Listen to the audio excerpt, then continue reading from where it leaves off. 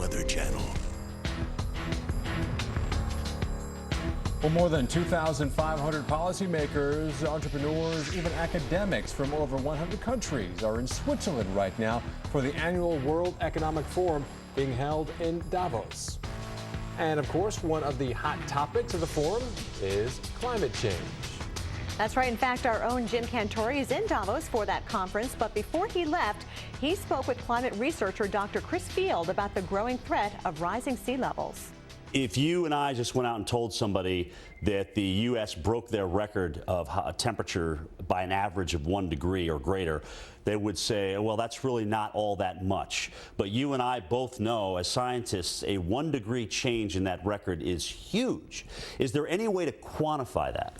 It was really, really dramatic. That super warm March, and we had other warm periods during the year, were just so outside the normal historical experience that they really dominated the record. Here's another statistic that really blew me away. You know, in an average year, we would expect to see about the same number of record high temperatures as record low temperatures. But in the U.S. in 2012, 84% of the temperature records were highs.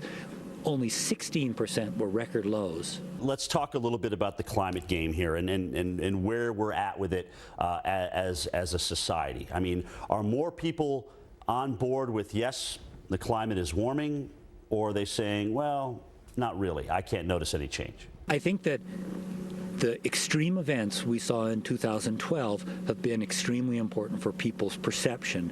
That ranges from the horrifying wildfires in Colorado to the worst drought since the 1930s in the middle of the country to Hurricane Sandy on the East Coast.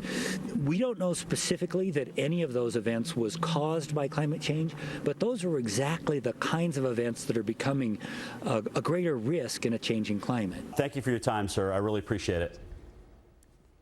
All right, thanks very much, gentlemen.